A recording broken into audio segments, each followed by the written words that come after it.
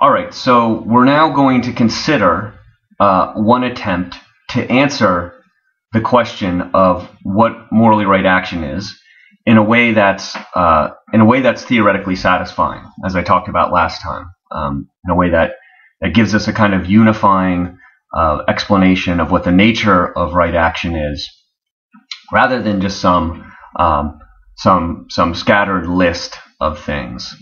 And in ethics, in philosophy, there's been several attempts to answer that question. There's been several attempts to provide such a theory. We, for reasons of time, and because this also is just a general introduction class, not an ethics course, we're just going to consider one particular theory that philosophers have offered over the years. It's a historically important view, and it's also something that's still talked about today. So it's an important theory that we're going to talk about. The idea that we're going to talk, the answer that we're going to talk about, the proposed answer, is a view called utilitarianism. That's a mouthful there, right? Utilitarianism. You can try to say that one. Try to say that one 5 times slowly. Utilitarianism. Probably the closest word that you're familiar with is totalitarianism, but that's something different. This is utilitarianism, and you're not going to figure out what the view is from the name. That's certainly. I'll have to explain what it is, and then I could say something about where the name comes from, I suppose. The idea behind the view, let me give you the basic idea behind the view. It's really an old idea, and it's fairly intuitive that to do the right thing, you should make the world a good place. You should make those around you happy or do well, right? So when you do the right thing, you produce the greatest amount of good for people.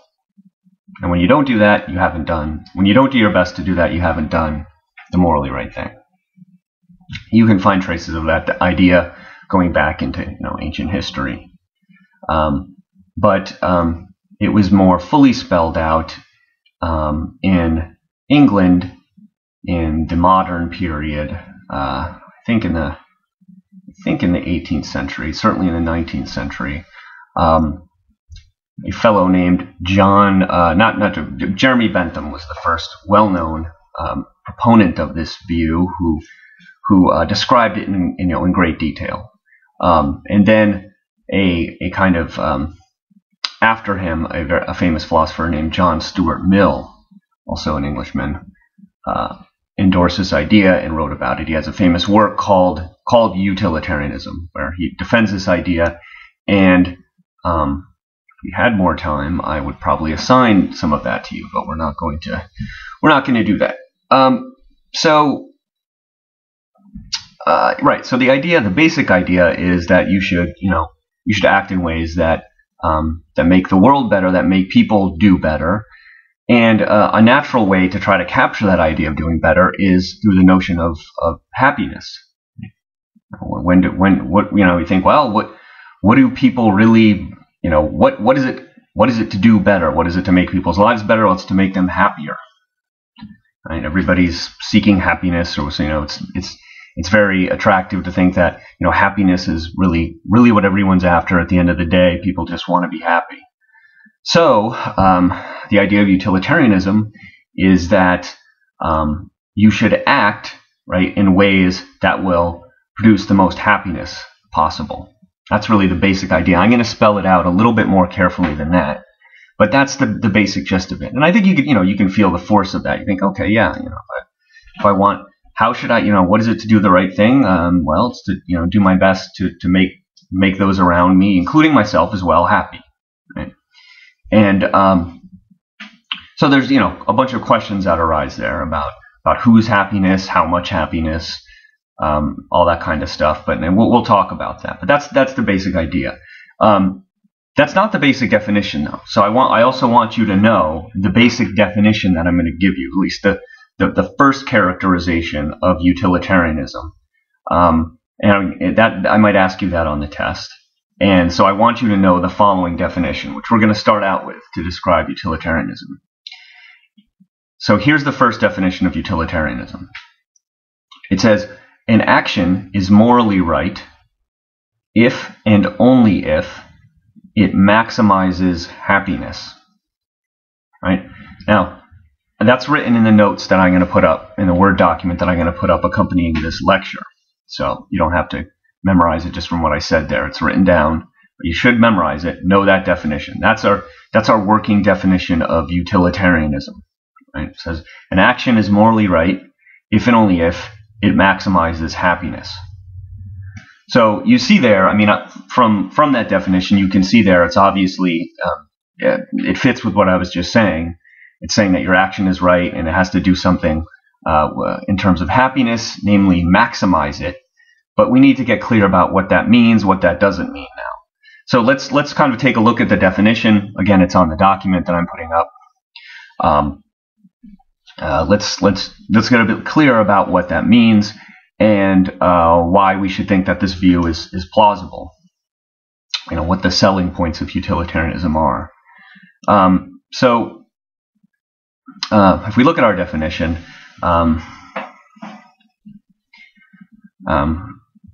what we really need to get clear about are two things. You know, one, what happiness is, and two, what it is to maximize happiness. Now,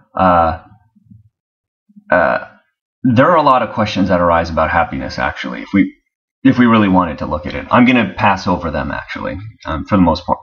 I do just want to note, I just want to flag for your attention that, you know, to really get clear about what this definition means, we would have to look quite carefully about what we mean by happiness. I mean, if what we have to do is maximize happiness, then we want to know, well, what is this thing, happiness, that we're going to maximize?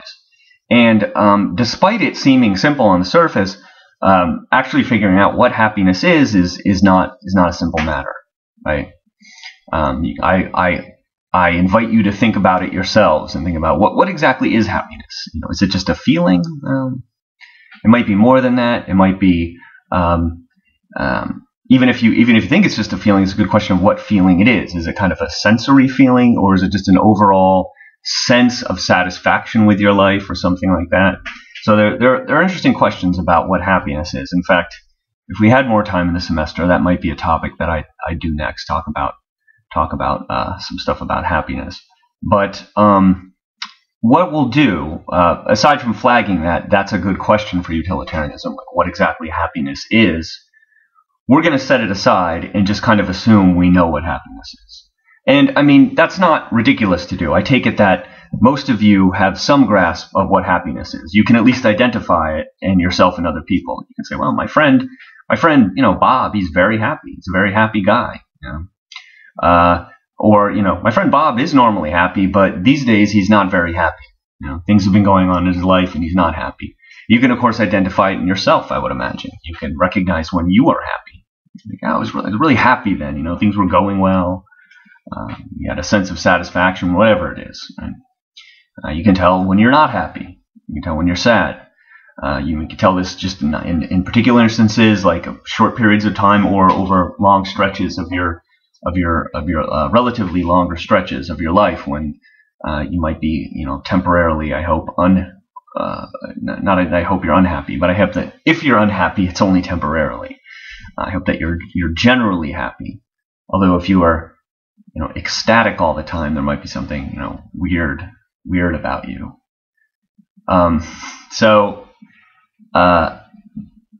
That's the idea, right? And we can also identify, you know, little things that might boost or lower your happiness. Sometimes it's helpful in talking about this. You know, if I give you an ice cream cone, you know, that might raise your happiness, given that you're not, you know, on some strict diet where actually eating ice cream will make you feel really guilty about yourself, right?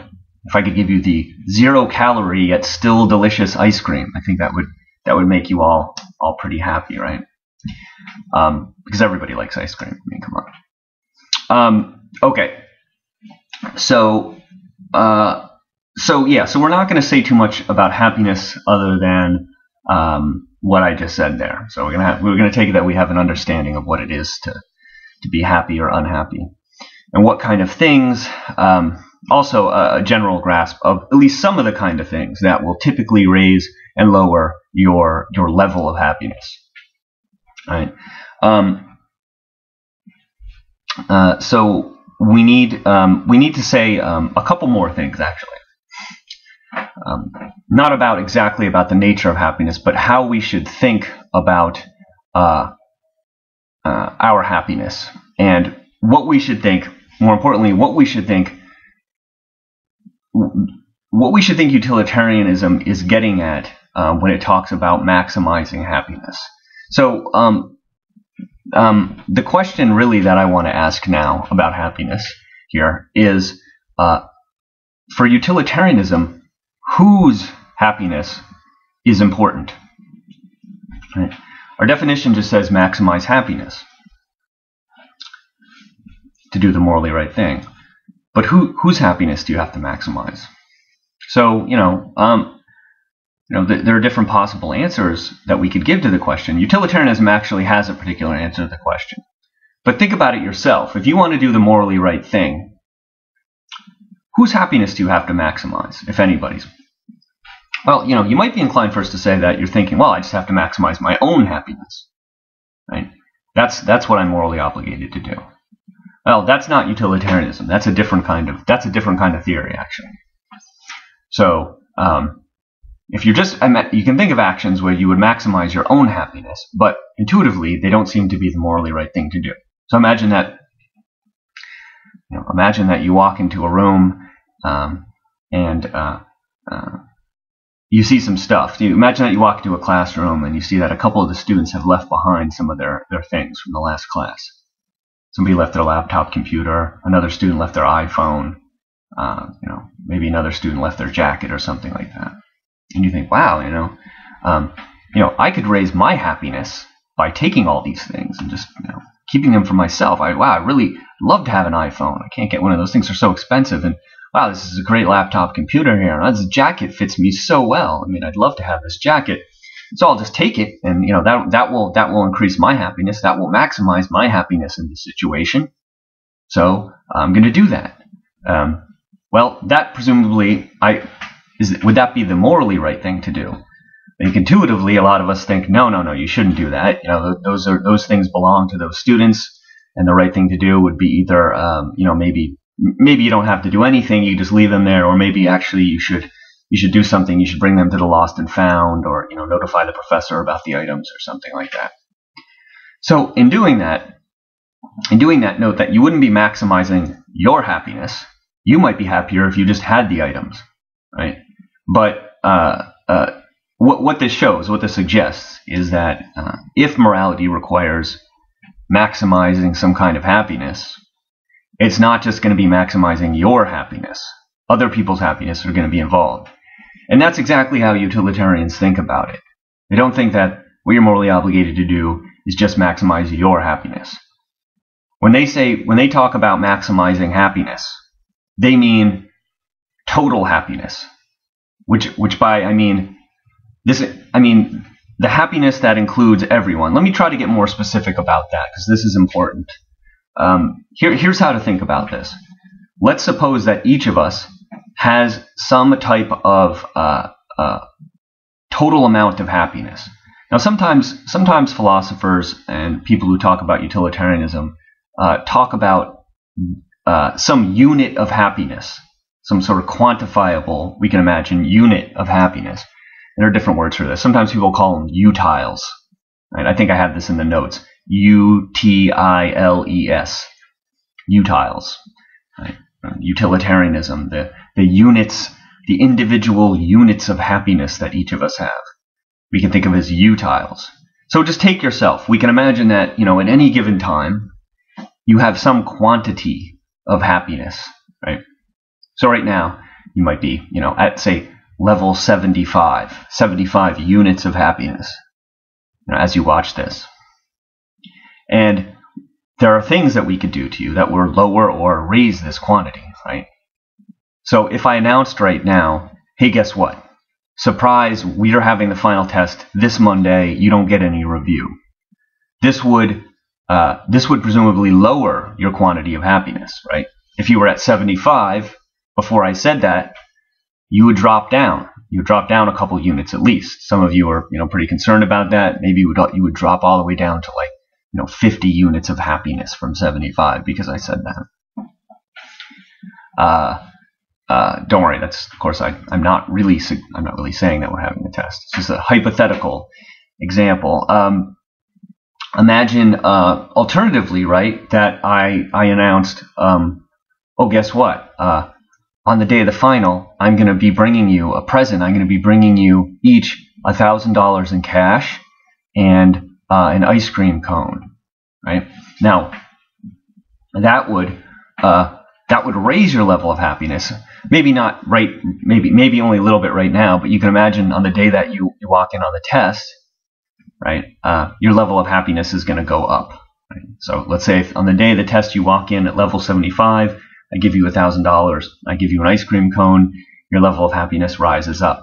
I don't know, 95, 120, whatever. It doesn't matter exactly the quantity. You get the idea.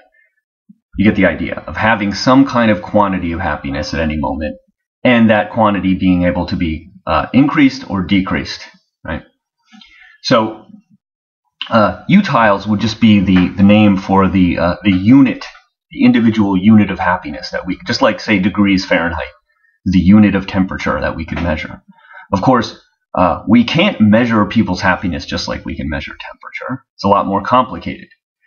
Very complicated in ways that I won't even broach here. But just imagine, for the sake of argument, that we could imagine that there was some way. Right? So hypothetically, we could quantify and measure your happiness and talk about it in terms of these units, utiles, and you would have some associated number each moment with your happiness. So let's say, imagine that your number currently right now is 75. You have 75 utiles, right? And for each of us, right, myself included, everybody, not just us in the classes, but in the whole world. We each right now have some number of utiles that we each have. Now, if we took everybody's number of utiles in the world and we added them all together, right, the sum, what we came to there, would be what we could call the total happiness number. Right? This is the total happiness number in the entire world. Right? We can include everybody in that, all the extraterrestrials, whoever is capable of happiness. That's the total happiness number in the world. And the total happiness number is what utilitarians are concerned with. Okay, that's a very important point. When they talk about maximizing happiness, they don't mean your particular happiness. They don't mean the happiness of you and your friends. What they're talking about is the total happiness number.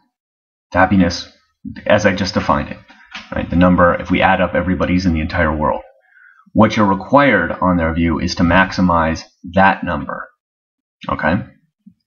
Now, okay, so I hope that's clear enough.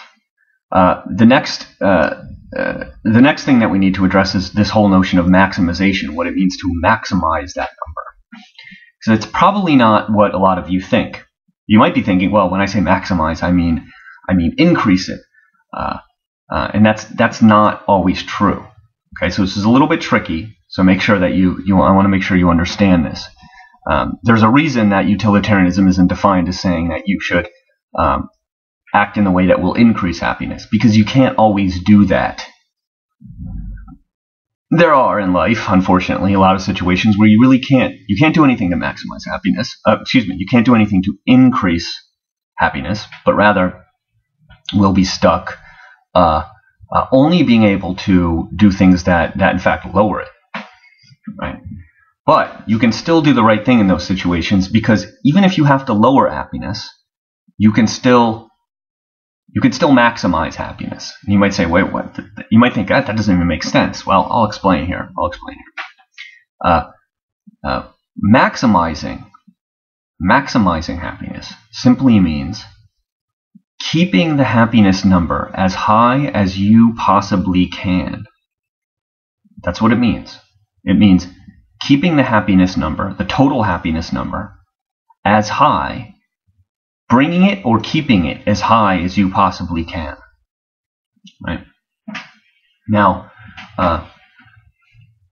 that's different from increasing it, because in some cases, it's not going to be possible to increase it. In fact, all your options will lead to lowering it, but you can still keep it as high as you possibly can, in the sense that you can pick the option that will leave the happiness number the highest out of your options, right? So here's an example that I've used before that works well. I think it illustrates the point. Let's say that you have a choice. Let's say that you have a choice this summer about what you're going to do, right? Let's say that your choices are the following. You could not work, right, and sit at home. You could get a job down the street at a local restaurant, working as a waiter or a waitress, right? Or you could get a job, working at, say, the Stop and Shop in town, right? Now imagine that, let's say that this may be true, that none of these options are desirable for you, right? You're going to have to go home this summer, right? Imagine that, the dorms are going to kick you out, and you could sit around this summer in your house and not do anything, but then you would have no money. So you wouldn't be able to do much. You wouldn't be able to go anywhere. You wouldn't be able to afford to put gas in your car, etc. You could get a job at either of these other two places. This would give you a little spending money, maybe save up a little bit at the same time, but you don't want to work at either of these places. You really don't want to work at Stop and Shop, you imagine. This is not attractive to you. And you don't want to work as a waiter or waitress at this little restaurant. But these are your three options. That's it. That's all that's going to happen. Let's imagine that there are really no other options for you. Now, finally, just imagine that you're happy. You're happy living your college life in the dorms, and you don't want any of these three things that are coming. You wish you could just stay in the dorms, hang out with your friends at school. But that's going to come to an end temporarily, right? Let's suppose. Well, I mean, for a lot of you, I obviously I'm giving this example because I think that it may be sort of true for some of you, that you're going to be going home and facing some kind of decision like this. So the point of the example here, I haven't gotten to the conclusion here, but you're going to be less happy no matter what, we can suppose. You're really happy in the dorms with your friends. And no matter what, your happiness is going to go down, or imagine by going home. Let's say that, when you go home, it's just boring around there. There's not much to do. Really, none of your friends are going to be around this summer for whatever reason, or they don't live nearby. And home life is just so annoying to you for various reasons that, your happiness is going to go down regardless of what you do here. Because regardless of whether you work or not, you're going to be home and you're going to be less happy than you were at school. So let's suppose that's the case, right? Now, does that mean that you can't act in accordance with utilitarianism? And utilitarianism is going to tell you to maximize happiness, to make a decision that will maximize happiness. So let's take your three options again. You can stay home and not work, or you can go home and work at one of those two jobs. And let's suppose that even though you're going to be unhappy in all those three options, right? The worst option would be to go home and not work, because you realize that you'll just be sitting around the house, you'll have no money, and this will be like the worst, right? And then you think, well,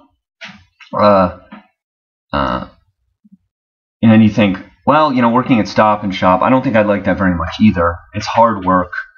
You're on your feet all day, and it doesn't pay all that much, right? So you think, I don't think I'd like that. It's not a bad place to work overall, but the pay is not going to be as good as if I do the waiter job. So let's suppose that you do the waiter job. Not that you do it, but you think about the waiter job and you think, well, it's hard work, but it's kind of fun. The people who work in that place are some of them say, and you think, it'd be okay to work there, and it pays pretty well because you get tips. Let's imagine that actually you'd make a decent amount of money there. You still don't want to work there. You still don't want to do it. You'd still rather stay in college in the dorm, just doing school and being with your friends. But you realize that the best, out of these three options that are headed your way, the best is to work as the waiter. Right? So your happiness is going to go down. It's going to go down in any of those three options, but you realize that it will go down the least in the waiter option. Right? So if you take the waiter option, you will be maximizing happiness. Okay, your own happiness here, which is relevant on utilitarianism. It's not the only thing that matters, but your happiness also counts on utilitarianism. It's one of the many. So all other things being equal on utilitarianism, you should keep your own happiness as high as you can. Right? Well, I'll say more about that in a moment. But just for our purposes of maximizing happiness, think about this example. Your happiness is going to go down, right, no matter what you do. But you can still maximize happiness, and that you can take the option that lowers it the least. Right? So if you take the waiter option, that will maximize happiness here out of the options available to you. Again, you have three options. Each will lower your happiness, but there's one that will keep it the highest. So by taking that option, you maximize happiness. So it's important, and I went through this long example because I want to hammer home the idea that to maximize happiness, in the sense we're interested in here, it doesn't require making happiness. It's deceptive. People think it means maxing out happiness in some sense, where it's like we're going to make people as happy as they could ever be in any possible situation. That's not the right way to think about it, right? The goal isn't to make people completely ecstatic. Like that's probably not going to happen. If you had a chance to do that, utilitarianism will say that you should. But given that you don't, but utilitarianism is sensitive to your actual choices and what you can actually do.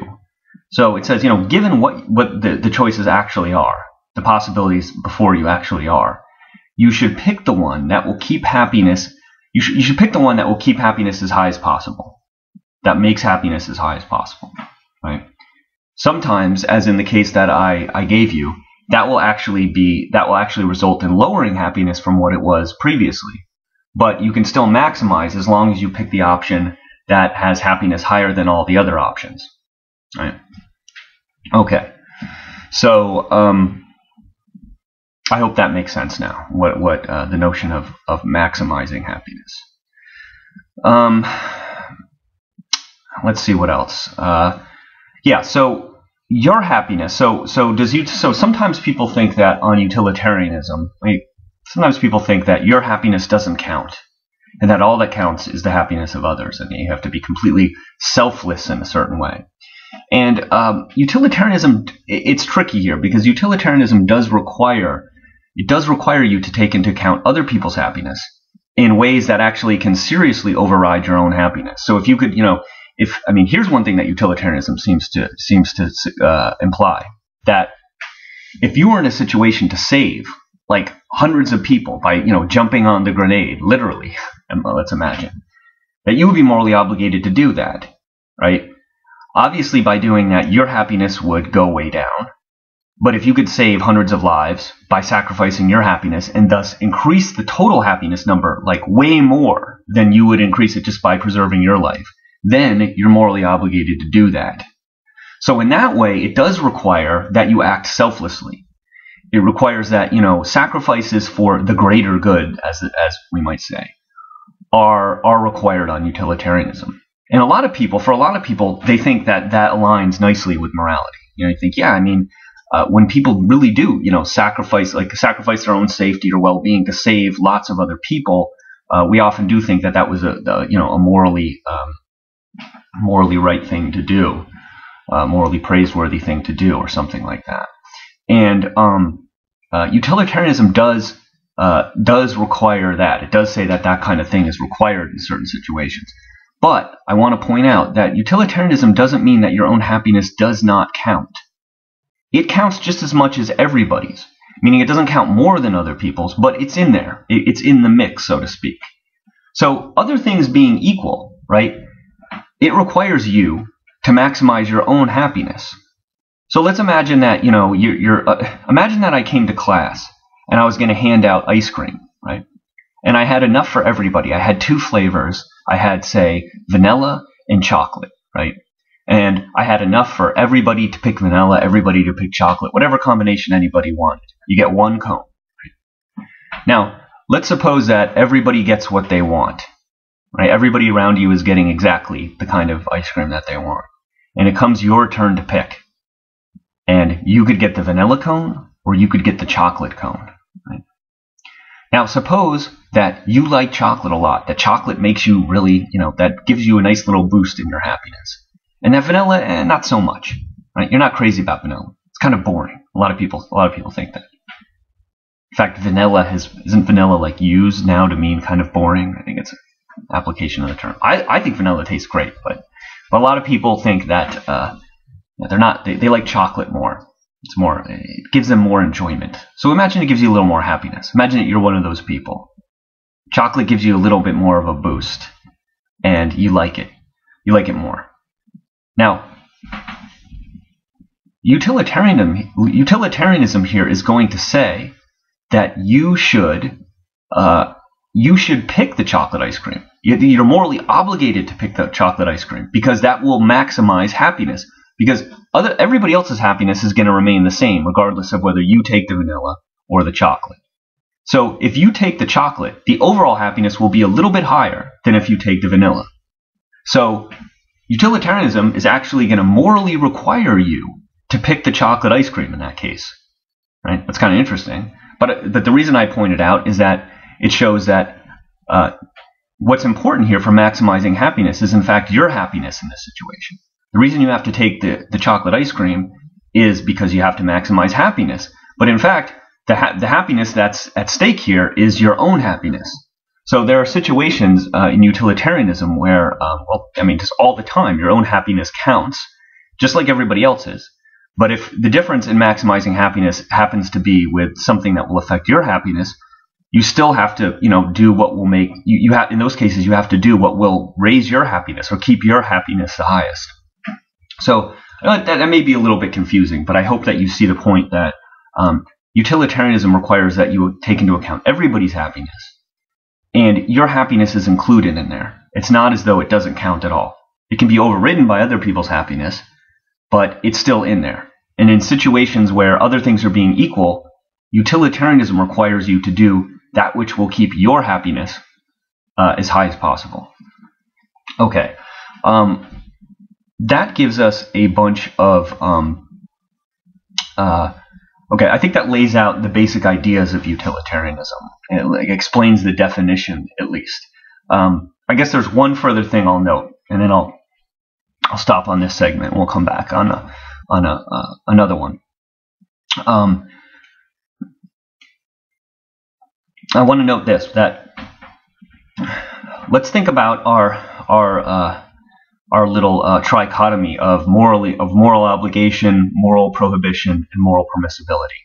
Remember, we can divide our actions into those three categories. We can place all of our actions in one of those three categories. Now note, utilitarianism, as stated, says an action is morally right if and only if it maximizes happiness. So what does that mean in terms of our categories of moral obligation and permission and all that? Well, it means that utilitarianism is telling us that you are morally obligated to maximize happiness, right? Because it's saying that your action is right if and only if it maximizes happiness. So if it doesn't maximize happiness, it's not morally right, meaning it's morally wrong. So it's saying that you are morally obligated to maximize happiness. Right? And that would imply that you are morally prohibited from doing anything that doesn't maximize happiness. So anytime you act in a way that does not maximize happiness, you're doing something that is morally prohibited, according to utilitarianism. Now, what about moral permissibility? You might think that it leaves no room for things that are permissible. That's not exactly true. That's not exactly true. There can be a series of possible courses of action that you have that would keep the happiness number the same, right? So it wouldn't raise so exactly that. So you might have, say, options A, B, C, and D. And imagine that, options A, B, and C would all keep the happiness number about the same relative to one another. Imagine that they would all say, increase the happiness number a little bit. So options A, B, and C would all increase the happiness number a little bit, but they would all increase it about the same amount, right? So if you do A, say it'll increase the total happiness number 25 units. And if you do B, B is a different action, but it would also increase the happiness number about 25 units. And the same with C. And imagine that D would only increase the happiness number 10 units. Well, utilitarianism then will say that you can do either A, B, and C. It doesn't matter. Each of those are permissible because they all do the same thing to the happiness number, right? Each of them, none of A, B, and C will increase the happiness number more. So they're all equally morally acceptable, right? So you're morally obligated in that situation to do either A, B, or C. You're morally prohibited from doing D because it doesn't bring up the happiness number as much as the others. But you could do A, B, or C. So each of those is morally permissible, right? And anytime, yeah, okay, that's all I'll say about that. So that's the basic idea of utilitarianism. And what I'm going to do in the next segment is I'm going to try to explain more about why this is a compelling theory, the virtues of this theory, and then we'll get to looking at the problems of utilitarianism.